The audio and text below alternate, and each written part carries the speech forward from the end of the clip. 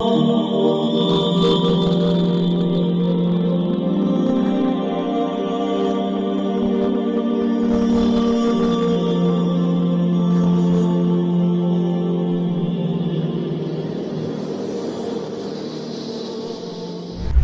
علیکم ورحمۃ اللہ وبرکاتہ۔ بیت الحکمہ دیوبند کی آن لائن عربک کلاسز میں آپ سب کا استقبال ہے۔ میں محمد انوار خان القاسمی، مینیجنگ ڈائریکٹر بیت الحکمہ دیوبند سے۔ آج ہم ایک بہت ہی انٹرسٹنگ چیپٹر کا آغاز کریں گے اور اس کا عنوان ہے اسراء اور معراج۔ اسراء اور معراج جو ہے یہ بہت ہی اہم معجزات ہیں نبی پاک صلی اللہ علیہ وسلم کے، اور ایک بہت ہی بڑا آنر ہے جو اللہ رب العزت نے اپنے آخری نبی کو عطا فرمایا۔ ہم آج اس کی کچھ تفصیل دیکھیں گے۔ یہاں اس کتاب میں آج ہم اسراء اور معراج کی کچھ تفصیل دیکھیں گے۔ اسراء کے معنی ہوتے ہیں لٹرلی نائٹ جرنی، یعنی رات کا کوئی سفر، اور معراج کے معنی ہوتے ہیں اونچائی کی جانب سفر، بلندی کی جانب سفر۔ یہ عروج سے نکلا ہوا ہے۔ عروج ایک ورڈ ہے عربک کا، ایک مصدر ہے، اسی سے نکلا ہوا ہے معراج۔ تو معراج کے معنی ہوتے ہیں اونچائی کی جانب سفر یا آسمانی سفر، یعنی کہ ایسا آسمانی سفر جو کہ رات میں پیش آیا۔ دیکھیے، شروع کرتے ہیں۔ نبوت کا 5واں سال اسلام کی تاریخ میں ایک ممتاز حیثیت رکھتا ہے۔ نبوت کا 5واں سال، جب نبی پاک صلی اللہ علیہ وسلم کو 5 سال ہو گئے، نبوت عطا کیے گئے، نبوت سے سرفراز ہونے کے 5 سال کے بعد اسلام کی تاریخ میں ایک ممتاز حیثیت رکھتا ہے، یعنی that marks a distinguished period in the history of Islam۔ ممتاز حیثیت مطلب distinguished status، یعنی prominent status، بہت ہی ممتاز حیثیت، جس میں فخر الانبیاء صلی اللہ علیہ وسلم کو ایک اعزازی جلوس کے ساتھ نوازا گیا۔ اعزازی جلوس یعنی عزت بڑھانے والا جلوس، آنریری، ایک اعزازی جلوس آپ کو عطا کیا گیا، عزت بڑھانے والا جلوس آپ کو عطا کیا گیا، اعزازی جلوس کے ساتھ نوازا گیا، جو انبیاء علیہم السلام کی جماعت میں سے بھی صرف حضرت صلی اللہ علیہ وسلم کی امتیازی خصوصیت ہے۔ یعنی یہ جو آپ کو اعزازی جلوس عطا کیا گیا، یہ جو آنریری پروسیشن آپ کو عطا کیا گیا، یہ تمام انبیاء کرام میں صرف آپ کی امتیازی خصوصیت ہے۔ اللہ تعالیٰ نے آپ کو کچھ ایسی امتیازی خصوصیات سے نوازا کہ وہ آپ سے سابق جو انبیاء کرام ہیں، متقدمین انبیاء کرام کو وہ اعزازات حاصل نہیں ہوئی، جس کا مختصر واقعہ یہ ہے۔ ایک رات آپ صلی اللہ علیہ وسلم حتیم کعبہ میں لیٹے ہوئے تھے۔ حتیم کعبہ کیا ہے؟ حتیم کعبہ یہ جو بیت اللہ ہے، اس سے باہر پچھم کی جانب ایک دیوار ہے، اسی کو کہا جاتا ہے حتیم کعبہ۔ ایک رات آپ صلی اللہ علیہ وسلم حتیم کعبہ میں لیٹے ہوئے تھے کہ جبرائیل اور میکائیل علیہ السلام آئے اور کہا کہ ہمارے ساتھ چلیے۔ آپ صلی اللہ علیہ وسلم کو براق پر سوار کیا گیا۔ براق جو ہے ایک جنت کا چوپایا، ایک جنت کی سواری اللہ تعالیٰ نے بھیجی آپ کے لیے۔ آپ صلی اللہ علیہ وسلم کو براق پر سوار کیا گیا، جس کی تیز رفتاری کا یہ حال تھا کہ جس جگہ اس کی نظر پڑتی تھی وہیں قدم پڑتا تھا۔ یعنی یہ سواری اتنی تیز تھی کہ اس سواری کی نظر جہاں پڑتی تھی، جتنا ڈسٹینس ہوتا تھا، جتنی ڈسٹینس میں اس کی نظر پہنچتی تھی، اسی کے ساتھ ساتھ اس کے پاؤں بھی وہیں پہنچتے تھے۔ یعنی اس قدر تیز رفتار تھی، یہ سمجھ لیجئے کہ مطلب الیکٹریفائنگ اسپیڈ کہہ سکتے ہیں ہم، برق رفتاری کے ساتھ یہ چل رہی تھی۔ جس کی تیز رفتاری کا یہ حال تھا کہ جس جگہ اس کی نظر پڑتی تھی وہیں قدم پڑتا تھا۔ اسی سرعت رفتار کے ساتھ اول آپ صلی اللہ علیہ وسلم کو ملک شام میں مسجد اقصی تک لے گئے۔ اسی سرعت رفتار بولتے ہیں رفتار کی تیزی، اسپیڈ کی تیزی۔ اسی سرعت رفتار کے ساتھ اول یعنی سب سے پہلے آپ صلی اللہ علیہ وسلم کو ملک شام میں مسجد اقصی تک لے گئے۔ ملک شام میں مسجد اقصی تک لے گئے۔ مسجد اقصی جہاں پر ہے یہ تو اس وقت فلسطین میں ہے، اور ہم کہہ رہے ہیں ملک شام۔ اصل میں ملک شام ایک پرٹیکولر ایریا ہے ہسٹوریکل، اس میں یہ جو موجودہ ملک شام جس کو ہم سیریا بولتے ہیں، وہ وہاں سے لے کے یہ پورا فلسطین اور اسرائیل کے کچھ پارٹس تک ہیں، یہ سب کے سب جو ہے کیا مانے جاتے ہیں؟ ملک شام مانے جاتے ہیں۔ اسی سرعت رفتار کے ساتھ اول آپ صلی اللہ علیہ وسلم کو ملک شام میں مسجد اقصی تک لے گئے۔ یہاں پر اللہ تعالیٰ نے تمام انبیاء سابقین کو حضرت صلی اللہ علیہ وسلم کے اکرام کے لیے بطور معجزہ جمع فرما دیا تھا۔ تو اللہ کے رسول صلی اللہ علیہ وسلم کے استقبال کے لیے اور آپ کو رسپیکٹ اور اعزاز دینے کے لیے بطور معجزہ تمام انبیاء سابقین کو اللہ تعالیٰ نے وہاں جمع فرما دیا۔ عجیب بات ہے، یعنی جب آپ صلی اللہ علیہ وسلم کو معراج میں لایا گیا تو آپ صلی اللہ علیہ وسلم کے سامنے تمام انبیاء کرام کو استقبال کے لیے لایا گیا۔ بہت حیرت انگیز چیز ہے، بطور معجزہ لایا گیا۔ یعنی اللہ تعالیٰ چاہیں تو کچھ بھی کر سکتے ہیں، یہ معجزہ ہے رسول اللہ صلی اللہ علیہ وسلم کا کہ آپ کے لیے جو ہے اس حیرت انگیز کام کو کیا گیا۔ جبریل علیہ السلام نے یہاں پہنچ کر اذان دی اور نماز کے لیے تمام انبیاء و رسول کی صفیں تیار ہو کر کھڑی ہوئیں، لیکن سب اس کا انتظار کر رہے تھے کہ نماز کون پڑھائے۔ جبرائیل امین نے آپ صلی اللہ علیہ وسلم کا دست مبارک پکڑ کر آگے کر دیا۔ آپ صلی اللہ علیہ وسلم نے تمام انبیاء و مرسلین اور ملائکہ کو نماز پڑھائی۔ بہت حیرت انگیز۔ اس پیراگراف کو ایک بار اور دیکھیں۔ نبوت کا 5واں سال اسلام کی تاریخ میں ایک ممتاز حیثیت رکھتا ہے، جس میں فخر الانبیاء کو ایک اعزازی جلوس کے ساتھ نوازا گیا، جو انبیاء علیہم السلام کی جماعت میں سے بھی صرف حضرت صلی اللہ علیہ وسلم کی امتیازی خصوصیت ہے۔ فخر الانبیاء کہتے ہیں ایسا پیغمبر جس پر دوسرے تمام انبیاء فخر کریں، the pride of the prophets۔ ایک رات آپ صلی اللہ علیہ وسلم حطیم کعبہ میں لیٹے ہوئے تھے کہ جبرائیل اور میکائیل علیہم السلام آئے اور کہا کہ ہمارے ساتھ چلیے۔ آپ صلی اللہ علیہ وسلم کو براق پر سوار کیا گیا، جس کی تیز رفتاری کا یہ حال تھا کہ جس جگہ اس کی نظر پڑتی تھی وہیں قدم پڑتا تھا۔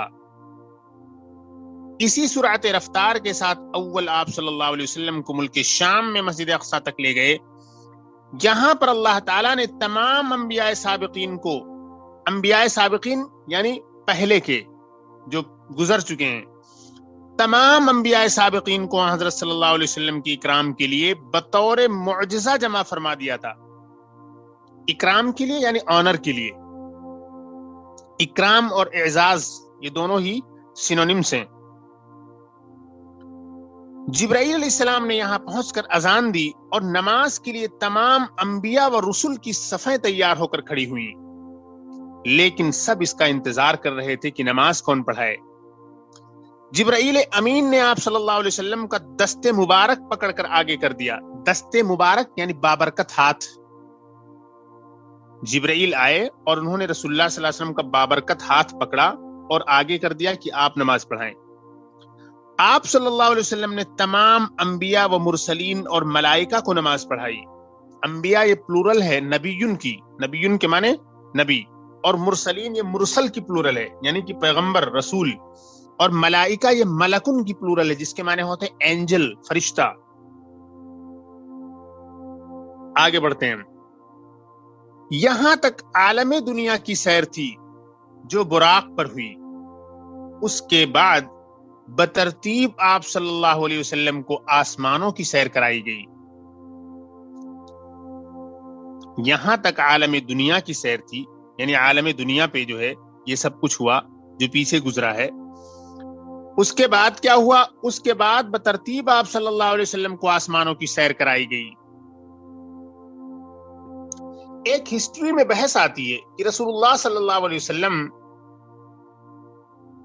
نے جو آسمانی سیر کیا، یہ آسمانی سیر بھی براق پر کیا یا براق کے علاوہ کسی اور ذریعے سے کیا؟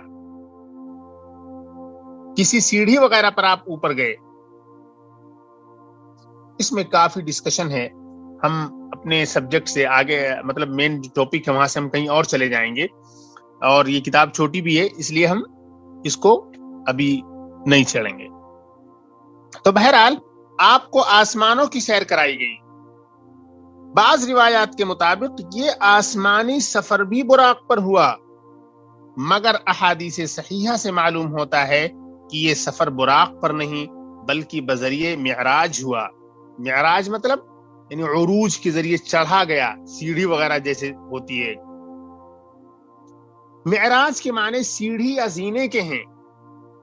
زینے کی آج کل بھی بہت سی قسمیں موجود ہیں، ان میں ایک طریقہ لفٹ بھی ہے، اس کو بھی زینہ کہہ سکتے ہیں۔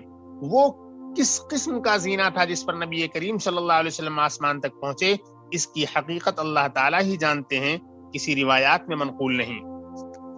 یہاں یہ کہنا چاہ رہے ہیں اس موضوع پر جو اختلاف ہے کہ آپ صلی اللہ علیہ وسلم نے براق پر سفر کیا یا سیڑھی سے، تو کہہ رہے ہیں کہ صحیح بات حدیثوں سے یہی معلوم ہوتی ہے کہ آپ کا جو یہ سفر ہوا یہ سیڑھی کے ذریعے ہوا۔ معراج کے معنی ہوتے ہیں زینہ، اور پھر انہوں نے بتایا کہ اوپر جانے کے کئی راستے ہیں، ایک تو وہی اسٹیپ بائی اسٹیپ جو ہم چڑھتے ہیں، جو ایک پرانے انداز کا زینہ آ رہا ہے، اور ایک ماڈرن جو لفٹ آئی ہے، ایک یہ طریقہ ہے۔ تو کہہ رہے ہیں کہ جدید جو لفٹ ہے کتنی حیرت انگیز ہے۔ ابھی آپ جائیے، ماضی میں جائیے، 150-200 سال پہلے جائیے، تو وہاں کسی انسان نے امیجن بھی نہیں کیا ہوگا کہ ایک زمانہ ایسا آئے گا کہ الیکٹرک جو ہے اسٹیئرس بن جائیں گے، اور اس پہ انسان کو صرف کھڑا ہو جانا ہے، اور وہ زینہ آٹومیٹک بغیر چلے ہوئے انسان کو اوپر لے کر چلا جائے گا۔ اگر ہم 150-200 سال پہلے کسی انسان کے سامنے یہ کنسپٹ پیش کرتے تو ہنستا ہم پر کہ کس قدر بیوقوف انسان ہے۔ انسان اصل میں کیا ہوتا ہے، انہی چیزوں کو سمجھتا ہے جو اس کے سامنے ہوتی ہیں، جو چیزیں اس کے سامنے نہیں ہوتی ہیں انسان کا دماغ اس کو ایکسپٹ نہیں کرتا ہے۔ آج سے تقریباً 30-40 سال پہلے اگر ہم کسی سے کہتے موبائل کے بارے میں، جو موبائل کا کثرت سے استعمال ہوا ہے، اگر ہم اس سے کہتے واٹس ایپ اور دوسری تمام جو کمیونیکیشن کی وسائل اور ذرائع پیدا ہو گئے ہیں، اگر ہم کسی انسان سے کہتے کہ ہمارے پاس ایسی چیز ہے تو ہمیں بیوقوف قرار دیا جاتا، اور بار بار اگر ہم کہتے تو کیا بعید ہے، ہمیں پاگل خانے میں بھی ڈال دیا جاتا، یہ تو بالکل ہی پاگل ہو گیا ہے، ایسی بات کر رہا ہے جس کا کوئی تصور ہی نہیں ہو سکتا ہے دنیا میں۔ تو خیر میں یہ بتانا چاہ رہا تھا کہ انسان کا جو مائنڈ ہے وہ صرف انہی چیزوں کو قبول کرتا ہے جو اس کو معلوم ہوتی ہیں اور جہاں تک اس کی رسائی ہوتی ہے، اور جس کا سیمپل اس کے سامنے موجود ہوتا ہے۔ اگر کوئی چیز اس کے سامنے موجود نہیں ہے تو اس کو وہ قبول نہیں کرتا ہے۔ تو ہم سفر معراج کو، یعنی اللہ کے نبی صلی اللہ علیہ وسلم نے آسمانوں کی سیر کیسے کی، ایک آسمان سے نکل کر دوسرے آسمان پر کیسے گئے، وہ اللہ تعالیٰ کی طرف سے کوئی زینہ رہا ہوگا جس کے ذریعے اللہ تعالیٰ نے آپ کو لفٹ کر دیا اور اٹھا لیا۔ اچھا، اس پیراگراف کو دوبارہ دیکھیے۔ یہاں تک عالم دنیا کی سیر تھی جو براق پر ہوئی، اس کے بعد بترتیب مطلب step by step, 1 by 1 respectively آپ صلی اللہ علیہ وسلم کو آسمانوں کی سیر کرائی گئی۔ بعض روایات کے مطابق یہ آسمانی سفر بھی براق پر ہوا، مگر احادیث صحیحہ سے معلوم ہوتا ہے کہ یہ سفر براق پر نہیں بلکہ بذریعہ معراج ہوا۔ احادیث صحیحہ بولتے ہیں اوتھینٹک حدیثوں کو۔ معراج کے معنی سیڑھی یا زینے کے ہیں۔ زینے کی آج کل بھی بہت سی قسمیں موجود ہیں، ان میں ایک طریقہ لفٹ بھی ہے، اس کو بھی زینہ کہہ سکتے ہیں۔ وہ کس قسم کا زینہ تھا جس پر نبی کریم صلی اللہ علیہ وسلم آسمان تک پہنچے، اس کی حقیقت اللہ تعالی ہی جانتے ہیں، کسی روایات میں منقول نہیں۔ یعنی پورا پروسیس کیسے ہوا وہ کسی روایت میں موجود نہیں ہے، اور یہ بیونڈ ہیومن امیجنیشن ہے۔ انسان کا جو تصور ہے اس سے اوپر کی چیز ہے، ہم اس کو کیپچر نہیں کر سکتے ہیں۔ اللہ تعالیٰ نے اگر کسی چیز کو حدیث کے ذریعے پیغمبر کے تھرو ہمیں بتا دیا تو ہم اسے سمجھ جائیں گے، اگر نہیں بتایا گیا تو ہمیں خاموش رہنا اور ایکسیپٹ کرنا ہے، اور ہمیں یہ ماننا ہے کہ اللہ تعالیٰ نے اگر کیا ہے، حدیثوں میں اگر ایسا آیا ہوا ہے تو ممکن ہے، کیونکہ اللہ تعالیٰ کی ذات ہر چیز پر قادر ہے۔ جو چیز ہمارے سامنے ہوتی ہے وہ آسانی سے ہم تسلیم کر لیتے ہیں، اور جو چیز ہمارے سامنے نہیں ہوتی ہے اس کو ہم قبول نہیں کرتے ہیں۔ ابھی انسان دیکھیے، انسان کی پیدائش کوئی آسان چیز نہیں ہے، بہت مشکل چیز ہے، لیکن ہم سمجھتے ہی نہیں کچھ۔ روزانہ لاکھوں لوگ پیدا ہو رہے ہیں، ہمارے لیے کوئی بڑی چیز ہی نہیں۔ لیکن اگر غور کریں آپ کی انسان کیسے پیدا ہوتا ہے، اس کی اوریجن کیا ہے، اس کا کیسے ڈیولپمنٹ ہوتا ہے، کیسے وہ ماں کے پیٹ میں رہتا ہے، اور کیا کیا اس کے جو ہے اس کی زندگی کے اسٹیجز ہیں، یعنی بالکل سورس اس کا دیکھا جائے، انتہائی درجے کی جو شروعات ہوتی ہے، وہاں سے اگر ہم غور کریں تو دیکھیں کتنا حیرت انگیز ہوگا انسان کا سمجھنا، اس کی پیدائش کو سمجھنا۔ لیکن چونکہ میں نے بتایا بھی آپ کو کہ جو چیز ہمارے سامنے روزانہ ہوتی رہتی ہے اس کی قیمت ہماری نظروں سے گر جاتی ہے۔ سورج پوری دنیا کو روشن کر رہا ہے، کیسا لیمپ ہے، چاند ہے کس طرح سے نکل رہا ہے، کون نکال رہا ہے اسے، صبح و شام کا جو آنا جانا ہے، کتنی حیرت انگیز چیزیں ہیں، لیکن ہمارے نزدیک کچھ نہیں ہے۔ ہم کہتے تھے بھائی صبح ہو گئی، شام ہو گئی، ایک لفظ سے ہم نے کہہ دیا، لیکن صبح کیسے ہوئی، شام کیسے ہوئی، کون ہے وہ شخص جو اس پورے پروسیس کو مانیٹر کر رہا ہے، سورج کہاں سے آیا، چاند کہاں سے آئے، چھوٹے چھوٹے سیارے کیا چیز ہیں، اور یہ سب چیزیں ہمیں نظر آ رہی ہیں۔ اس کے علاوہ millions and billions of creatures جو ہمارے سامنے جو نظر نہیں آ رہے ہیں، ہم کوئی تعجب نہیں کرتے ہیں ان کے بارے میں، حالانکہ ہمیں تعجب کرنا چاہیے۔ قرآن کریم میں بار بار کہا گیا ہے کہ سورج کو دیکھو، چاند کو دیکھو، صبح و شام کو دیکھو کس طرح سے آتے جاتے ہیں، اختلاف اللیل والنہار کو دیکھو، گردش ایام کو دیکھو، لیل و نہار کی آمد و رفت کو دیکھو، صبح و شام کا آنا جانا دیکھو، لیکن ہم غور ہی نہیں کرتے۔ تو ایک چیز یاد رکھیے، جو چیز ہمارے سامنے بار بار ہوتی ہے، چاہے جتنی میریکیولس ہو، چاہے جتنی سرپرائزنگ ہو، وہ بالکل اپنا چارم لوز کر دیتی ہے، سوچتے ہیں کوئی خاص چیز نہیں ہے تو ہم تو دیکھتے رہتے ہیں۔ اور اس کے علاوہ جو چیز ہم نہیں دیکھتے ہیں وہ تھوڑی بھی حیرت انگیز ہوتی ہے تو ہم اس کو بہت بڑا ماننے لگتے ہیں، یہ تو بہت بڑی چیز ہے، حالانکہ اس سے کئی سو گنا زیادہ حیرت انگیز چیزیں ہر کس و ناکس کے سامنے صبح و شام پیش آتی رہتی ہیں، لیکن انسان اس پر توجہ نہیں دیتا ہے۔ خیر، آگے بڑھتے ہیں۔ پہلے آسمان پر آدم علیہ السلام سے ملاقات ہوئی، اور دوسرے پر عیسیٰ و یحییٰ علیہ السلام سے، اور تیسرے پر یوسف علیہ السلام سے، اور چوتھے پر ادریس علیہ السلام سے، پانچویں پر ہارون علیہ السلام سے، چھٹے پر موسیٰ علیہ السلام سے، اور ساتویں پر حضرت ابراہیم علیہ السلام سے ملاقات کی۔ یہ صحیح البخاری میں ہے، بالکل اوتھینٹک رپورٹ ہے۔ پہلے آسمان پر جو ابو الانبیاء ہیں، سیدنا آدم علیہ السلام جو سب سے پہلے انسان ہیں، ان سے ملاقات ہوئی، اور دوسرے پر عیسیٰ علیہ السلام سے ملاقات ہوئی، بڑے مشہور پیغمبر ہیں۔ یہود نے ان کو قتل کرنے کی کوشش کی، لیکن اللہ تعالیٰ نے ان کو اٹھا لیا۔ دوبارہ ان کو اس لیے پیدا کیا جائے گا تاکہ یہود کو ماریں اور ان کو بتائیں کہ تم ہمیں مارنا چاہ رہے تھے، دیکھو اللہ نے ہمیں اٹھایا ہے اور میں تم کو خود مارنے آ گیا ہوں۔ ان کی تذلیل کے لیے اللہ تعالیٰ نے اٹھایا۔ ایک سوال پیدا ہوتا ہے کہ عیسیٰ علیہ السلام کو کیوں اللہ تعالیٰ نے اٹھا لیا؟ اس کا جواب علماء یہی دیتے ہیں، اس لیے اٹھایا تاکہ دوبارہ پیدا کریں اور یہود کو بتائیں کہ تم نے دعویٰ کیا تھا کہ ہمیں مار دیا، دیکھو میں زندہ ہوں اور تمہیں خود مارنے کے لیے آیا ہوں۔ اور اللہ تعالیٰ جس پیغمبر کو یا جس انسان کو بچانا چاہیں اسے کوئی نہیں مار سکتا۔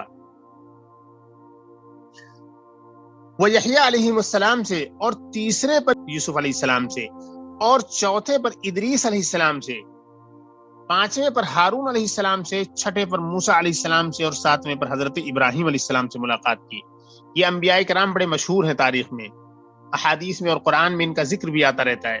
اس کے علاوہ بے شمار انبیاء ہیں، 1,24,000 پیغمبروں کی تعداد بتائی جاتی ہے۔ اللہ تعالیٰ نے مختلف زمانے میں مختلف قوموں میں انبیاء کرام کو مبعوث فرمایا تاکہ ان لوگوں کو ہدایت اور رشد کے راستے پر لا سکیں وہ۔ لیکن ظاہر ہے ہسٹری میں تمام انبیاء کے نام ریکارڈ نہیں ہیں، لیکن احادیث میں اور قرآن کریم میں جو بڑے بڑے انبیاء ہیں، میجر پروفٹس ہیں، عبرت کے لیے اللہ تعالیٰ نے ان کے واقعات کو ہمارے سامنے بیان کیا ہے۔ اب دیکھیے اس کے بعد کیا ہوتا ہے۔ اس کے بعد آپ صلی اللہ علیہ وسلم سدرۃ المنتہا کی طرف تشریف لے چلے۔ سدرۃ المنتہا لٹرلی ہوتے ہیں اس کے معنی، سدرہ کے معنی ہوتے ہیں بیری کا درخت، المنتہا بولتے ہیں لمٹ کو۔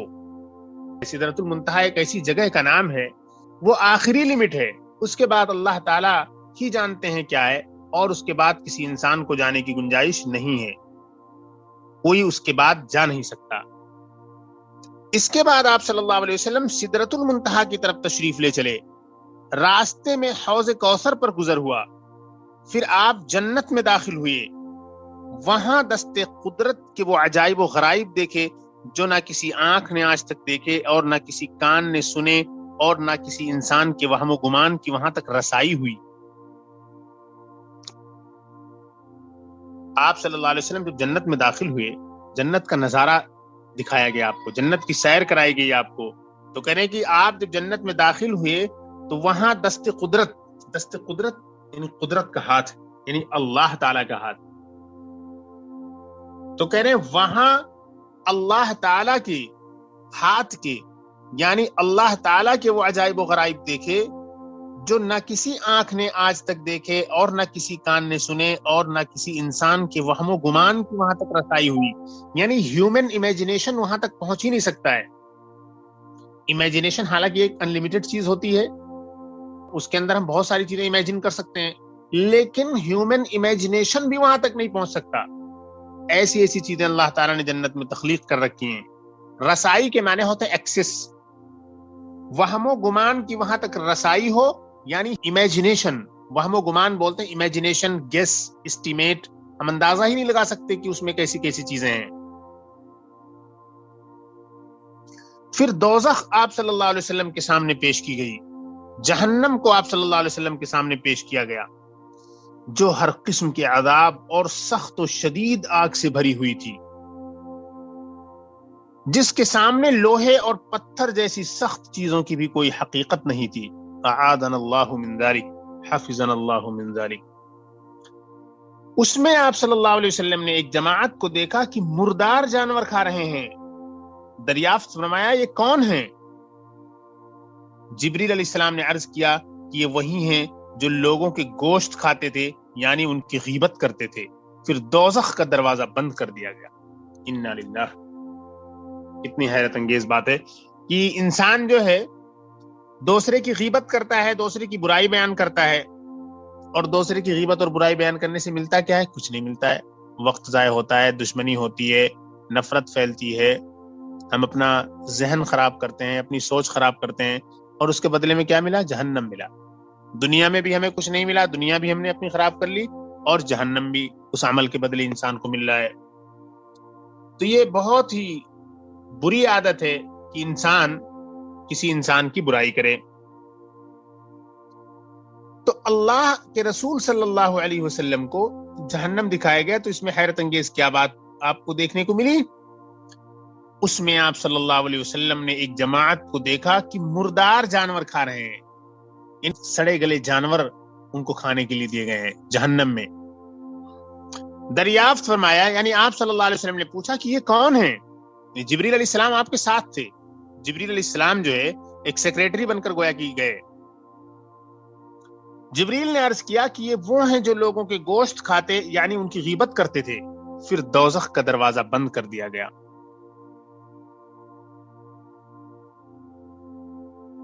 ایک بار اس پورے پیراگراف کو پھر سے دیکھیے۔ اس کے بعد آپ صلی اللہ علیہ وسلم سدرۃ المنتہا کی طرف تشریف لے چلے، راستے میں حوض کوثر پر گزر ہوا، پھر آپ جنت میں داخل ہوئے، وہاں دست قدرت کے وہ عجائب و غرائب، عجائب و غرائب کے معنی ہوتے ہیں the most amazing things، عجیب اور غریب چیزیں، unbelievable، incredible، unimaginable، سرپرائزنگ جو چیزیں ہوتی ہیں، وہ امیزنگ چیزیں جو ہوتی ہیں، وہ عجائب و غرائب دیکھے جو نہ کسی آنکھ نے آج تک دیکھے، اور نہ کسی کان نے سنے، اور نہ کسی انسان کے وہم و گمان کی وہاں تک رسائی ہوئی۔ پھر دوزخ آپ صلی اللہ علیہ وسلم کے سامنے پیش کی گئی، یعنی جہنم، جو ہر قسم کے عذاب اور سخت و شدید آگ سے بھری ہوئی تھی، جس کے سامنے لوہے اور پتھر جیسی سخت چیزوں کی بھی کوئی حقیقت نہیں تھی۔ اس میں آپ صلی اللہ علیہ وسلم نے ایک جماعت کو دیکھا کہ مردار جانور کھا رہے ہیں۔ دریافت فرمایا یہ کون ہیں؟ جبریل علیہ السلام نے عرض کیا کہ یہ وہ ہیں جو لوگوں کے گوشت کھاتے، یعنی ان کی غیبت کرتے تھے۔ پھر دوزخ کا دروازہ بند کر دیا گیا۔ اس کے بعد دیکھیے، پھر آن حضرت صلی اللہ علیہ وسلم آگے بڑھے اور جبرائیل امین یہیں ٹھہر گئے، کیونکہ ان کو اس درجے سے آگے بڑھنے کا حکم نہیں تھا۔ جبریل امین جو ہے اللہ کے رسول صلی اللہ علیہ وسلم کو ساتھ لے جا رہے ہیں، لیکن ایک جگہ خود رک گئے اور اللہ کے رسول صلی اللہ علیہ وسلم کو آگے بڑھا دیا گیا۔ جبریل اس لیے آگے نہیں بڑھے کیونکہ ان کی پرمیشن وہیں تک تھی، ان کو پرمٹ جو ملی ہوئی تھی وہیں تک ملی ہوئی تھی، کیونکہ ان کو اس درجے سے آگے بڑھنے کا حکم نہیں تھا۔ اور اس وقت آپ صلی اللہ علیہ وسلم کو خداوند جل وعلا کی زیارت ہوئی، یعنی اللہ رب العزت کا دیدار آپ کو عطا کیا گیا۔ صحیح یہ ہے کہ زیارت فقط قلب سے نہیں بلکہ آنکھوں سے ہوئی۔ حضرت عبداللہ ابن عباس رضی اللہ عنہما اور تمام محققین صحابہ و ائمہ کی یہی تحقیق ہے۔ اصل میں ایک بات آتی ہے، ایک ڈسکشن ہے اسلامک تھیولوجی میں کہ اللہ کے نبی صلی اللہ علیہ وسلم جب تشریف لے گئے اور اللہ کا دیدار جب ہوا تو وہ دیدار کس طرح سے ہوا؟ قلب سے ہوا، یعنی دل سے دیدار ہوا، یا آنکھوں سے فزیکلی دیکھا، ایسے حصی طور پر آنکھوں سے دیکھا اللہ تعالیٰ کو؟ تو کچھ لوگ یہ کہتے ہیں نہیں، دل سے دیدار ہوا، لیکن ایک بڑی جماعت علماء کی یہ کہتی ہے کہ نہیں، آپ نے ڈائریکٹ اپنی آنکھوں سے اللہ رب العزت کو دیکھا۔ تو کہہ رہے صحیح یہ ہے کہ زیارت فقط قلب سے نہیں، یعنی یہ وزٹ جو تھی اللہ کے رسول صلی اللہ علیہ وسلم نے جو اللہ تعالیٰ کو جو دیکھا، یہ صرف دل سے نہیں، قلب مطلب دل، بلکہ آنکھوں سے ہوئی۔ حضرت عبداللہ ابن عباس رضی اللہ عنہما اور تمام محققین صحابہ و ائمہ کی یہی تحقیق ہے۔ حضرت صلی اللہ علیہ وسلم سجدے میں گر پڑے اور خداوند عالم سے ہم کلامی کا شرف حاصل ہوا۔ ہم کلامی مطلب بات چیت ہوئی، ساتھ بات کرنے کا موقع ملا، آنر ملا، اور خداوند عالم سے ہم کلامی کا شرف حاصل ہوا، یعنی باہم بات چیت ایک دوسرے سے۔ اسی وقت نمازیں فرض کی گئیں۔ اس کے بعد آپ صلی اللہ علیہ وسلم واپس ہوئے، وہاں سے براق پر سوار ہو کر مکہ معظمہ کی طرف تشریف لے چلے۔ راستے میں مختلف مقامات میں قریش کی 3 تجارتی قافلوں پر گزرے، جن میں سے بعض کو آپ نے سلام کیا اور انہوں نے آپ صلی اللہ علیہ وسلم کی آواز پہچانی اور مکہ واپس ہونے کے بعد اس کی شہادت دی۔ صبح سے پہلے ہی یہ سفر مبارک تمام ہو گیا۔ کتنا لمبا سفر، کتنی جلدی ہوا۔ جب آپ کا وہ سفر مکمل ہوا، آپ واپس ہوئے، تو براق پر سوار ہو کر مکہ معظمہ کی طرف تشریف لے گئے، اور قریش کے کچھ تجارتی جو بزنس کے لیے کمرشل جو کاروانز نکلتے تھے، ان کے پاس سے آپ صلی اللہ علیہ وسلم گزرے، تیزی سے گزرے اور سب کو سلام کیا، اور ایک نے آپ کی آواز پہچانی اور آپ کے سلام کا بھی جواب دیا، اور ان سب نے واپس ہو کر، اللہ کے رسول تو تھوڑی دیر میں پہنچ گئے، لیکن یہ لوگ چونکہ اپنے نارمل انسانی ٹرانسپورٹیشن کے ساتھ تھے تو یہ بہت دنوں کے بعد پہنچے۔ جب یہ پہنچے واپس آئے تو انہوں نے بتایا کہ ہاں، اللہ کے رسول صلی اللہ علیہ وسلم ہمیں اس طریقے سے ملے تھے اور اس طریقے سے ہمیں انہوں نے سلام کیا تھا۔ یعنی کہ یہ جو معراج ہے اور اسراء ہے، یہ ایک حق ہے، ایک سچائی ہے۔ اس کی لوگوں نے جو ہے عینی شہادتیں لوگوں کے پاس موجود ہیں، آئی وٹنسز موجود ہیں، کتنا سرپرائزنگ اور حیرت انگیز سفر ہوا ہے۔ یعنی ان چیزوں کو لوگوں نے دیکھا جو دنیا میں براق پر پیش آیا، کہ براق پر بیٹھ کر بہت تیزی سے کسی جانور سے آپ نکلے۔ آسمانوں پر کیا ہوا وہ تو کسی انسان کو معلوم ہی نہیں ہے سوائے اللہ کے رسول کے، اور سوائے ان چیزوں کے جو احادیث میں موجود ہیں۔ دیکھیے اس پیراگراف کو دوبارہ دیکھیے۔ پھر حضرت صلی اللہ علیہ وسلم آگے بڑھے اور جبرائیل امین یہیں ٹھہر گئے، کیونکہ ان کو اس درجے سے آگے بڑھنے کا حکم نہیں تھا۔ اور اس وقت آپ صلی اللہ علیہ وسلم کو خداوند جل وعلا کی زیارت ہوئی۔ صحیح یہ ہے کہ زیارت فقط قلب سے نہیں بلکہ آنکھوں سے ہوئی ہے۔ حضرت عبداللہ ابن عباس رضی اللہ عنہما اور تمام محققین صحابہ و ائمہ کی یہی تحقیق ہے۔ حضرت صلی اللہ علیہ وسلم سجدے میں گر پڑے اور خداوند عالم سے ہم کلامی کا شرف حاصل ہوا. اسی وقت نمازیں فرض کی گئیں. اس کے بعد آپ صلی اللہ علیہ وسلم واپس ہوئے. وہاں سے براق پر سوار ہو کر مکہ معظمہ کی طرف تشریف لے چلے. راستے میں مختلف مقامات میں قریش کی 3 تجارتی قافلوں پر گزرے، جن میں سے بعض کو آپ صلی اللہ علیہ وسلم نے سلام کیا اور انہوں نے آپ صلی اللہ علیہ وسلم کی آواز پہچانی اور مکہ واپس ہونے کے بعد اس کی شہادت دی. صبح سے پہلے ہی یہ سفر مبارک تمام ہو گیا. صبح نہیں ہوئی اور آپ پوری دنیا کی پوری کائنات کی 7 آسمان کی سیر کر کے نیچے تشریف لے آئے. تو یہ اسراء اور معراج سے متعلق جو ہے ایک بہت ہی مختصر اور جامع تفصیل انہوں نے ہمارے سامنے پیش کی ہے. اسراء نبوی پر عینی شہادتیں، ان نبی پاک صلی اللہ علیہ وسلم کی یہ جو نائٹ جرنی ہوئی، میریکیولس، معجزاتی طور پر جو یہ جرنی ہوئی، یہ رات میں ہوئی. اسرا یسری کا معنی آپ کو پہلے بتایا جا چکا ہے.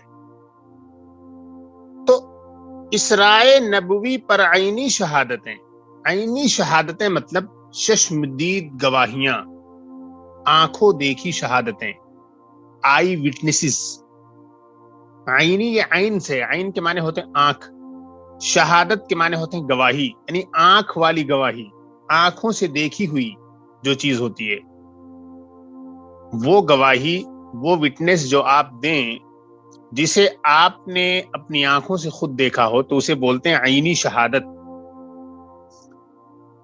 تو وہ شہادتیں، وہ گواہیاں، وہ وٹنسز اسراء نبوی سے متعلق جو عینی ہیں، یعنی چشمدید ہیں، لوگوں نے اپنی آنکھوں سے دیکھی، اس کا ذکر یہاں پر کیا جائے گا. اصل میں جو اسراء ہے، یہ جو نائٹ جرنی ہوئی، معراج کا جو واقعہ ہے، اس پر بہت سارے آبجیکشنز کیے گئے ہیں بہت سے لوگوں کی طرف سے. وہ یہ کہتے ہیں، ایک بہت بڑا اعتراض یہ ہے کہ آسمان میں آپ گئے، آسمان میں جانے کا مطلب یہ ہوا کہ آسمان پھٹا ہوگا اور آسمان میں کوئی شگاف نہیں ہے، کوئی دراڑ نہیں ہے، کوئی سوراخ نہیں ہے، کوئی ہول نہیں ہے، کوئی گیپ نہیں ہے. تو یہ انٹری کیسے ہوئی؟ یہ انٹری کیسے ہوئی جب اس میں کوئی دروازہ نہیں ہے، کوئی راستہ نہیں ہے؟ آپ خود دیکھیں، ہمیں اور آپ کو کوئی دروازہ نظر نہیں آ رہا ہے. اور یہ ایک مسلمہ حقیقت کے طور پر مانا جاتا ہے بہت سے فلاسفہ کے ذریعے، یعنی سب کے یہاں نہیں، کہ اس میں کسی کی انٹری ممکن نہیں ہے. ایک تعبیر ہے، ایک ٹرم ہے، اس کو بولا جاتا ہے خرق و التئام. خرق و التئام بولتے ہیں پھٹ جانا اور پھٹ کے پھر جڑ جانا.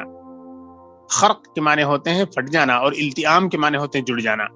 تو یہ کہتے ہیں کہ اگر معراج ہوئی تو اس کا مطلب یہ ہوا کہ خرق ہوا، آسمان میں شگاف ہوا، اور یہ ممکن نہیں ہے کہ کوئی انسان کر سکے اس میں.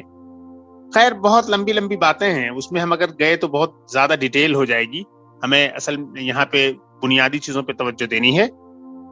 تو اسراء اور معراج جو ہے، اس سے متعلق جو پرانے فلاسفہ ہیں اور آج کے لوگ بھی ہیں، بہت سارے لوگ جو ہے اس کو مانتے نہیں ہیں کہ یہ پاسبل نہیں ہے، سائنٹیفکلی اور لاجیکلی یہ پریکٹیکل نہیں ہے.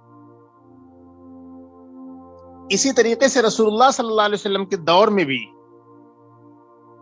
ایسا نہیں ہے کہ بس اسی وقت، اللہ کے رسول صلی اللہ علیہ وسلم کے دور میں بھی لوگوں کی ایک جماعت ایسی رہی ہے جو اسراء اور معراج کو مانتے نہیں تھے. جب اسراء کا واقعہ پیش آیا تو طرح طرح کا رد عمل سامنے آیا، طرح طرح سے لوگوں نے ریئیکٹ کیا. ابھی ہم یہاں پر دیکھتے ہیں کہ کیا کیا چیزیں سامنے آئیں. اسراء نبوی پر عینی شہادتیں، جب صبح ہوئی اور یہ خبر قریش میں پھیلی، یعنی اسراء کی، معراج کی، تو ان کا ایک عجیب عالم تھا. کوئی تالیاں بجاتا تھا اور کوئی تعجب سے سر پر ہاتھ رکھے ہوئے تھا اور کوئی تمسخر سے ہنس رہا تھا. تمسخر بولتے ہیں مذاق، مذاق کو بولتے ہیں تمسخر، یعنی کوئی مذاق کر رہا تھا کہ بھلا ایسا کیسے ہو سکتا ہے. اور کوئی جو ہے حیرت میں پڑا ہوا تھا کہ اللہ تعالیٰ نے نبی صلی اللہ علیہ وسلم کو کتنی بڑی چیز سے نوازا. تو رد عمل ہر طریقے کا تھا، مکسڈ ریئیکشن ہوا. پھر سب نے بغرض امتحان آپ صلی اللہ علیہ وسلم سے سوالات شروع کیے اور دریافت کیا کہ اچھا بتلائیے کہ بیت المقدس کی تعمیر اور ہیئت کیسی ہے، بیت المقدس کی تعمیر اور ہیئت کیسی ہے. یعنی اگر آپ بیت المقدس سے گئے اسرا کے لیے تو آپ کو یہ بتانا ہے کہ بیت المقدس کی تعمیر اور اس کا ڈھانچہ کیسے ہے. یہ اس لیے پوچھا تاکہ اندازہ ہو جائے کہ کیا واقعی اللہ کے رسول صلی اللہ علیہ وسلم گئے تھے. اگر گئے ہوں گے بیت المقدس سے، اسرا تو وہیں سے ہوا ہے، اس کی شروعات جو پوائنٹ آف اسٹارٹنگ ہے وہ وہی ہے، پوائنٹ جو ہے اسرا کا وہ بیت المقدس ہے، تو آپ کو معلوم ہوگا. اور پھر سوال کیا، اور پہاڑ سے کتنے فاصلے پر واقع ہے بیت المقدس؟ آپ صلی اللہ علیہ وسلم نے اس کا پورا نقشہ بتلا دیا. اسی طرح وہ مختلف چیزیں دریافت کرتے رہے اور آپ صلی اللہ علیہ وسلم بتاتے رہے، یہاں تک کہ اب انہوں نے ایسے سوالات شروع کیے جو باوجود ایک مرتبہ دیکھ لینے کے بھی کوئی شخص نہ بتلا سکے. یعنی اب لوگوں نے ایسے ایسے کوشچن کرنے شروع کر دیے کہ آدمی ایک بار کوئی چیز دیکھ لے تو اسے نہ بتا سکے آسانی سے. کوئی بڑی بلڈنگ ہے، بڑی بلڈنگ میں آپ کچھ دیر کے لیے گئیں اور وہاں سے نکلی، اب کوئی پوچھے، آپ نے کسی سے کہا میں تو وہاں گئی تھی، کسی نے کہا اچھا چلو ٹھیک ہے، اگر تم سچ کہہ رہی ہو تو بتاؤ اس میں کتنے دروازے ہیں. بڑی بلڈنگ ہے، کوئی دروازہ نہیں گن سکتا. بڑی بڑی بلڈنگوں میں کبھی کبھی ایک معمولی قسم کے گھر میں اتنے دروازے ہوتے ہیں کہ انسان نہیں گن سکتا. توجہ نہیں جاتی کبھی کبھی کہ بھائی مجھ سے یہ سوال پوچھا جائے گا، انسان ذہن میں بھی نہیں رکھتا. تو اب یہاں پر بھی اللہ کے رسول صلی اللہ علیہ وسلم سے کچھ ایسے سلی کوشچنز بھی شروع کر دیے گئے.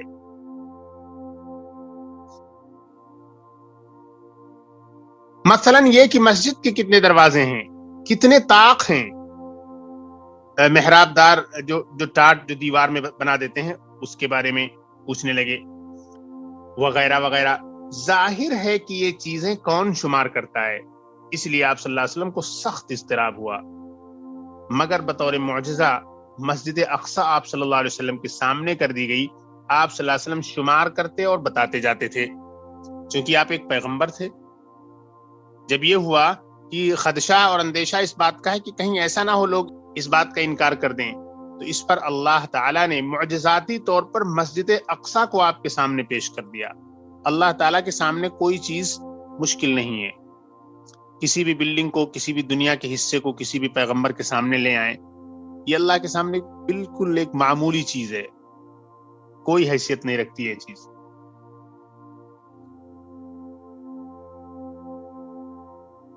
اچھا، اب اس پیراگراف کو ایک بار پھر دیکھیے، بہت سمپل پیراگراف ہے. جب صبح ہوئی اور یہ خبر قریش میں پھیلی تو ان کا ایک عجیب عالم تھا. کوئی تالیاں بجاتا تھا اور کوئی تعجب سے سر پر ہاتھ رکھے ہوئے تھا اور کوئی تمسخر سے ہنس رہا تھا. پھر سب نے بغرض امتحان with the purpose of testing, with the purpose of examination، یعنی ایگزامن کرنا چاہا، امتحان کے مقصد سے آپ سے سوالات شروع کیے اور دریافت کیا کہ اچھا بتلائیے کہ بیت المقدس کی تعمیر اور ہیئت کیسی ہے اور پہاڑ سے کتنے فاصلے پر واقع ہے. فاصلہ بولتے ہیں ڈسٹینس کو، یعنی پہاڑ سے کتنی دوری پر ہے، پہاڑ سے کتنا ڈسٹینس ہے اس کا. آپ صلی اللہ علیہ وسلم نے اس کا پورا نقشہ بتلا دیا، پورا ڈیزائن آپ نے لوگوں کے سامنے پیش کر دیا. اسی طرح وہ مختلف چیزیں دریافت کرتے رہے اور آپ صلی اللہ علیہ وسلم بتاتے رہے، یہاں تک کہ اب انہوں نے ایسے سوالات شروع کیے جو باوجود ایک مرتبہ دیکھ لینے کے بھی کوئی شخص بتلا نہ سکے. مثلا یہ کہ مسجد کے کتنے دروازے ہیں، کتنے طاق ہیں وغیرہ وغیرہ. ظاہر ہے کہ یہ چیزیں کون شمار کرتا ہے، اس لیے آپ صلی اللہ علیہ وسلم کو سخت اضطراب ہوا. مگر بطور معجزہ مسجد اقصی آپ صلی اللہ علیہ وسلم کے سامنے کر دی گئی. آپ صلی اللہ علیہ وسلم شمار کرتے اور بتاتے جاتے تھے کہ اس میں اتنی طاق ہے، اس میں اتنی چیزیں ہیں.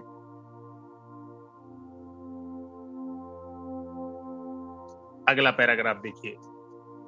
ابو بکر صدیق رضی اللہ عنہ نے فرمایا، اشہد انک لرسول اللہ، میں گواہی دیتا ہوں کہ آپ اللہ کے رسول ہیں. یعنی جیسے ابو بکر کو یہ اطلاع ملی کہ اللہ کے نبی نے فرمایا کہ آپ کو اسراء اور معراج سے نوازا گیا، تو آپ نے فوراً تصدیق کر دی. نام ہی ان کا ہے صدیق. صدیق بولتے ہیں ایسے انسان کو جو کہ کسی نبی کی نبوت اور نبی کی عظمت اور اس کے پیغام کو پہچان کر فوراً اس کو ویریفائی کر دے، کنفرم کر دے اور اس کو مان لے. تو یہ سب کے بس کی بات نہیں ہے. یعنی پہلی ہی بار میں بغیر ہیزیٹیشن اور جھجک کے کسی نبی کی نبوت کو آئیڈینٹیفائی کر لینا، اس کی حقیقت کو پہچان لینا، اس کو ایکسپٹ کر لینا، یہ ہر ایک کے بس کی بات نہیں ہے. اللہ تعالیٰ نے یہ کمال اور یہ درجہ سیدنا حضرت ابوبکر الصدیق رضی اللہ تعالیٰ عنہ کو عطا فرمایا. اور کیا ہوا؟ فوراً جیسے ہی ان کے سامنے یہ بات آئی کہ اللہ کے رسول صلی اللہ علیہ وسلم فرما رہے ہیں کہ آپ کا اسراء اور معراج ہوا، تو کیا کہا؟ اشہد انک لرسول اللہ، میں گواہی دیتا ہوں کہ آپ یقیناً اللہ کے رسول ہیں. یعنی آپ اللہ کے رسول ہیں اور اللہ کا رسول جھوٹ نہیں بول سکتا ہے. اور قریش بھی سب کے سب اب تو چپ ہوئے اور کہنے لگے کہ حالات و صفات تو بالکل درست بیان کیے ہیں. یعنی جو لوگ جھوٹا قرار دے رہے تھے وہ تو کہنے لگے کہ باتیں تو ساری آپ نے صحیح بتائی ہیں. اور پھر حضرت صدیق رضی اللہ عنہ سے خطاب کر کے کہنے لگے کہ کیا تم تصدیق کرتے ہو کہ آپ صلی اللہ علیہ وسلم ایک رات میں مسجد اقصیٰ تک پہنچ بھی گئے اور لوٹ بھی آئے؟ یعنی کیا اس بات کو مانا جا سکتا ہے کہ آپ مانتے ہیں کہ ایک رات میں مسجد اقصیٰ گئے اور وہاں سے لوٹ بھی آئے؟ حضرت صدیق نے فرمایا کہ میں اس سے بھی زیادہ بعید چیزوں میں آپ کی تصدیق کرتا ہوں. یعنی یہ تو بہت معمولی چیز ہے، اس سے بھی بڑی چیزیں اگر یہ بتائیں تو میں مان لوں گا کیونکہ یہ نبی ہیں. میں اس سے بھی زیادہ بعید چیزوں میں آپ کی تصدیق کرتا ہوں. میں ایمان لاتا ہوں کہ صبح شام ذرا سی دیر میں آپ کو آسمانی خبریں پہنچ جاتی ہیں، تو پھر اس میں کیا تردد ہو سکتا ہے؟ یعنی جب ایک فرشتہ سیکنڈوں میں ایک وحی لے کر اللہ کی طرف سے رسول اللہ صلی اللہ علیہ وسلم کے پاس پہنچ جاتا ہے، تو وہی فرشتہ رسول اللہ صلی اللہ علیہ وسلم کو پل بھر میں آسمان کی سیر کیوں نہیں کرا سکتا ہے؟ تو گویا کہ سیدنا ابوبکر الصدیق رضی اللہ تعالی عنہ نے وحی کے ذریعے سمجھ لیا کہ وحی جب اتنی آسانی سے آسمان سے اللہ کے ذریعے پہنچ جاتی ہے رسول اللہ پر، تو رسول اللہ کو آسانی سے اللہ کی طرف ایک فرشتہ کیوں نہیں لے جا سکتا ہے؟ یہ بہت ہی بہترین استدلال تھا اور بہت ہی اچھے طریقے سے انہوں نے اس چیز کو سمجھ لیا. تو کہہ رہے ہیں میں اس سے بھی زیادہ بعید چیزوں میں آپ کی تصدیق کرتا ہوں. میں ایمان لاتا ہوں کہ صبح شام ذرا سی دیر میں آپ کو آسمانی خبریں پہنچ جاتی ہیں، تو پھر اس میں کیا تردد ہو سکتا ہے؟ تردد مطلب ہیزیٹیشن. تو اس میں کیا ہیزیٹیشن ہو سکتا ہے؟ اس لیے بھی آپ رضی اللہ عنہ کا نام صدیق رکھا گیا ہے. یعنی حضرت ابوبکر صدیق کے ساتھ جو نام صدیق جوڑا گیا ہے وہ اس لیے بھی جوڑا گیا ہے. بہت سی وجوہات ہیں. سب سے پہلے اللہ کے رسول صلی اللہ علیہ وسلم پر ایمان لانے والے وہی ہیں. ادھیڑ عمر لوگوں میں سب سے پہلے اسلام قبول کرنے والے حضرت ابوبکر الصدیق ہیں. بچوں میں سب سے پہلے اسلام قبول کرنے والے حضرت علی ابن ابی طالب ہیں. اور خواتین میں سب سے پہلے اسلام قبول کرنے والی حضرت خدیجہ ہیں. اس لیے بھی آپ رضی اللہ عنہ کا نام صدیق رکھا گیا ہے. صدیق the most truthful، یعنی سب سے سچا انسان. اس پیراگراف کو ایک بار اور دیکھیے. ابو بکر صدیق رضی اللہ عنہ نے فرمایا اشہد انک لرسول اللہ، اور قریش بھی سب کے سب اب تو چپ ہوئے اور کہنے لگے کہ حالات و صفات تو بالکل درست بیان کیے ہیں. اور پھر حضرت صدیق رضی اللہ عنہ سے خطاب کر کے کہنے لگے کہ کیا تم تصدیق کرتے ہو کہ آپ صلی اللہ علیہ وسلم ایک رات میں مسجد اقصیٰ تک پہنچ بھی گئے اور لوٹ بھی آئے؟ حضرت صدیق رضی اللہ عنہ نے فرمایا کہ میں اس سے بھی زیادہ بعید چیزوں میں آپ کی تصدیق کرتا ہوں.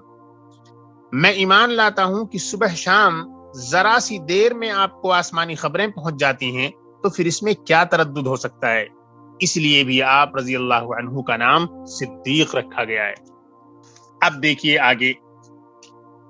کفار قریش کی جانب سے بھی کچھ ایسی چشمدید شہادتیں ملتی ہیں جس سے اسراء اور معراج کی تصدیق ہوتی ہے. کیا ہیں وہ شہادتیں؟ دیکھیے. اس کے بعد قریش نے پھر بغرض امتحان دریافت کیا کہ اچھا بتلاؤ ہمارا فلاں قافلہ جو ملک شام کی طرف گیا ہوا ہے وہ کہاں ہے؟ یعنی کفار نے کہا کہ بھئی ہمارا ایک قافلہ گیا ہوا، ایک کارواں گیا ہوا بزنس کے پرپس سے، تو وہ اس وقت کہاں ہے؟ اگر آپ اسی راستے سے گئے ہیں تو آپ کو پتا ہوگا، سب کچھ دیکھا ہوگا آپ نے. آپ صلی اللہ علیہ وسلم نے فرمایا کہ فلاں قبیلے کے ایک تجارتی قافلے پر مقام روحہ میں میرا گزر ہوا تھا، ان کا اونٹ گم ہو گیا تھا، وہ سب اس کی تلاش میں گئے ہوئے تھے۔ میں ان کے کجاؤں کے پاس گیا تو وہاں کوئی نہ تھا، اور ایک کوزے میں پانی رکھا ہوا تھا، وہ میں نے پی لیا۔ اس کے بعد فلاں قبیلے کے تجارتی قافلے پر فلاں مقام میں ہمارا گزر ہوا۔ جب براق اس کے قریب ہوا تو اونٹ دہشت سے ادھر ادھر بھاگنے لگے، اور ان میں ایک سرخ اونٹ تھا جس پر 2 خروار گون سیاہ و سفید تھے۔ اور آگے ہے، وہ تو بے ہوش ہو کر گر گیا۔ اس کے بعد فلاں قبیلے کے تجارتی قافلے پر مقام تنعیم میں گزر ہوا، جس میں سب سے آگے ایک خاکی رنگ کا اونٹ تھا، اور اس پر سیاہ ٹاٹ اور 2 سیاہ خروار گون تھے، اور یہ قافلہ عن قریب تمہارے پاس آنے والا ہے۔ اتنی باتیں اللہ کے رسول صلی اللہ علیہ وسلم نے انہیں بتائیں، یہ ساری نشانیاں ان کو بتائیں۔ پھر کیا ہوا؟ لوگوں نے دریافت کیا کہ کب تک؟ آپ صلی اللہ علیہ وسلم نے فرمایا بدھ کے روز تک آ جائے گا۔ یعنی ان لوگوں نے پوچھا کہ وہ جو قافلہ ہے جو آپ بتا رہے ہیں کہ ان قریب آنے والا ہے، وہ کب تک آ جائے گا ہمارے پاس؟ آپ نے فرمایا بدھ کے روز تک آ جائے گا۔ چنانچہ ٹھیک اسی طرح ہوا جیسا کہ آپ صلی اللہ علیہ وسلم نے فرمایا تھا، اور ان قافلوں نے بھی آپ صلی اللہ علیہ وسلم کے بیانات کی تصدیق کی۔ آپ نے جو اسٹیٹمنٹ دیا تھا ان کے اونٹوں کے گم ہونے کے بارے میں، کوزے کے بارے میں، پانی کے بارے میں، یہ تمام چیزیں، اور اس جگہ کے بارے میں، اس لوکیشن کے بارے میں جو کچھ آپ نے باتیں بتائیں، ساری کی ساری باتیں جو ہے اس قافلے نے ویریفائی کی، اس کو مانا، ایکسپٹ کیا۔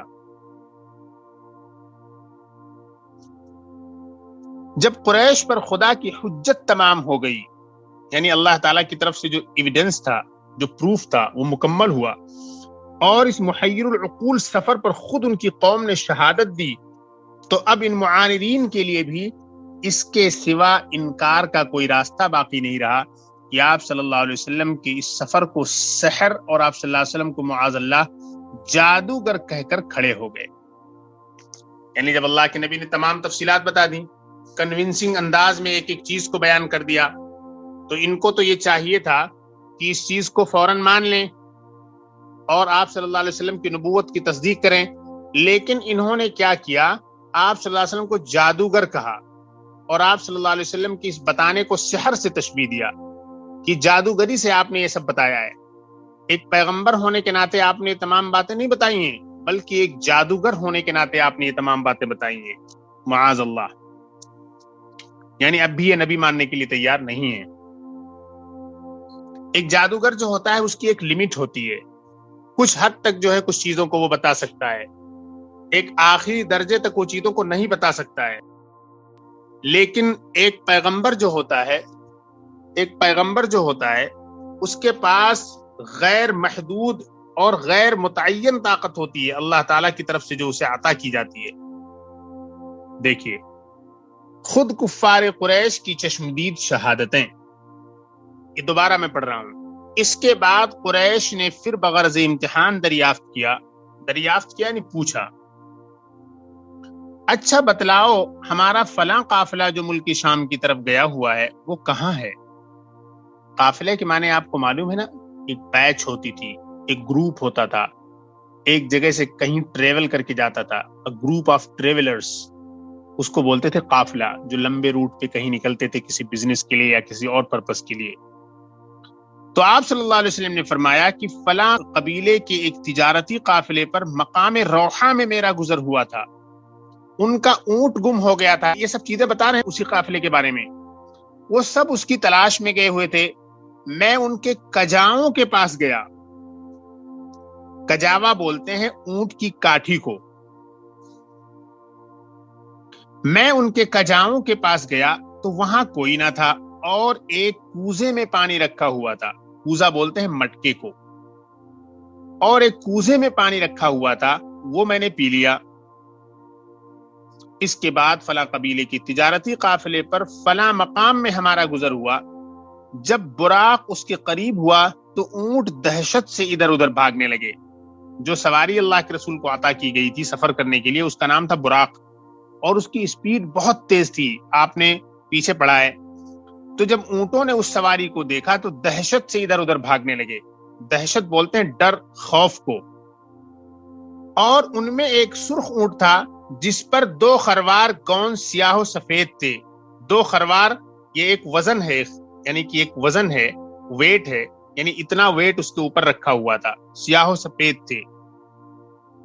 وہ تو بے ہوش ہو کر گر گیا۔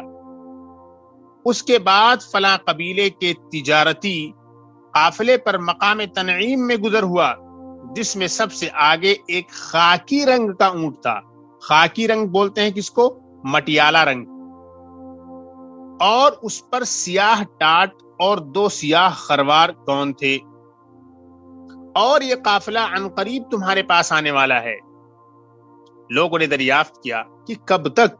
آپ صلی اللہ علیہ وسلم نے فرمایا بدھ کے روز تک آ جائے گا۔ چنانچہ ٹھیک اسی طرح ہوا جیسا کہ آپ صلی اللہ علیہ وسلم نے فرمایا تھا، اور ان قافلوں نے بھی آپ صلی اللہ علیہ وسلم کے بیانات کی تصدیق کی۔ جب قریش پر خدا کی حجت تمام ہو گئی، حجت تمام ہوئی یعنی دلیل تمام ہو گئی، یعنی فل ایویڈنس ان کو مل گیا آپ کے صحیح ہونے کا، اور اس محیر العقول سفر پر خود ان کی قوم نے شہادت دی۔ محیر العقول مطلب عقلوں کو حیران کر دینے والی، سرپرائزنگ، عقلوں کو حیران کر دینے والے اس سفر پر خود ان کی قوم نے شہادت دی۔